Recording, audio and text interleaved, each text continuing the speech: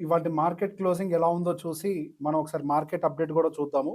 దాంతో పాటుగా రేపు ఆర్‌బీఐ నుంచి అవుట్‌పుట్ గూడా రాబోతోంది. ఇంట్రెస్ట్ రేట్ కట్ జరగబోతుందా లేదా అనేది. సో, దాని యొక్క ప్రభావం ఎలా ఉంటుందో గూడా చూద్దాము. సో, మార్కెట్ అయితే కొంచెం ఒక సీరీస్ ఆఫ్ ఫాల్ అయితే ఎక్స్‌పీరియన్స్ జేస్తుంది. ఒక 25,700 అక్కడి వరకు వెళ్లి from there again it came back to 24,600 అంటే ఒక 1000 పాయింట్స్ వరకు కూడా నిఫ్టీలో గూడా ఒక సీరీస్ ఆఫ్ ఫాల్ కనపడుతుంది కాబట్టి, సో, ఒక్కసారి మనం టెక్నికల్‌గా మనం సపోర్ట్స్‌లో ఉన్నామా లేదా? నెక్స్ట్ మార్కెట్‌లో ఏం జరగబోతుంది? ఎటువంటి న్యూస్ ఫ్లోస్ ఉండే అవకాశాలున్నాయి? వీటి గురించి కూడా ఒకసారి డిస్కస్ చేసే ప్రయత్నం చేద్దాం. దాంతో పాటుగా ఒకసారి వాల్యుయేషన్స్ ఎలా ఉన్నాయి? సో, బేసిక్‌గా మార్కెట్ పెరుగుతుందో, తగ్గుతుందో ఇదంతా తర్వాత విషయం. అసలు వాల్యుయేషన్స్ ఎలా ఉన్నాయి అన్న దాన్ని బట్టి మన మార్కెట్ డైరెక్షన్ ఎటుంటుందో ఒక డెసిషన్ తీసుకోవడానికి ఉంటుంది.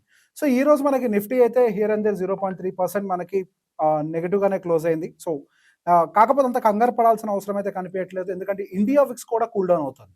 సో, డౌన్ సైడ్ రిస్క్ అనేది చాలా లిమిటెడ్‌గా ఉండుండొచ్చు. సో, డౌన్ సైడ్ అనేది పెద్ద ఎత్తున రిస్క్ లేకపోవడం వల్ల మనకి ఇండియా విక్స్ కూడా ఈరోజు 2% వరకు కూడా కూల్ డౌన్ అయింది.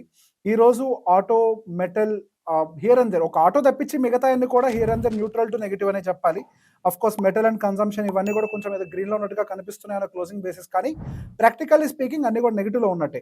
ఫార్మాస్యూటికల్, ఎఫ్ఎంసీజీ ఇవన్నీ కూడా కొంచెం వరకు ఎక్కువగానే సెల్ ఆఫ్‌కి అయితే గురయ్యాయి. కాకపోతే టెక్నికల్‌గా మనకేమన్నా సపోర్ట్స్ ఉన్నాయా లేదా? ఒకసారి టెక్నికల్‌గా చూద్దాం. దాంతో పాటుగా మనము ఫండమెంటల్‌గా ఏం యాక్టివిటీస్ జరుగుతున్నాయి, ఫెడ్ షేర్ దగ్గర నుంచి ఎటువంటి అప్డేట్స్ రావచ్చు ఇవన్నీ కూడా డిస్కస్ చేద్దాం. సో, ఫస్ట్ ఒకసారి నిఫ్టీ చూద్దాం. నిఫ్టీ ఈరోజు 0.3% నెగెటివ్‌గా క్లోజ్ అయింది. సో, 25,700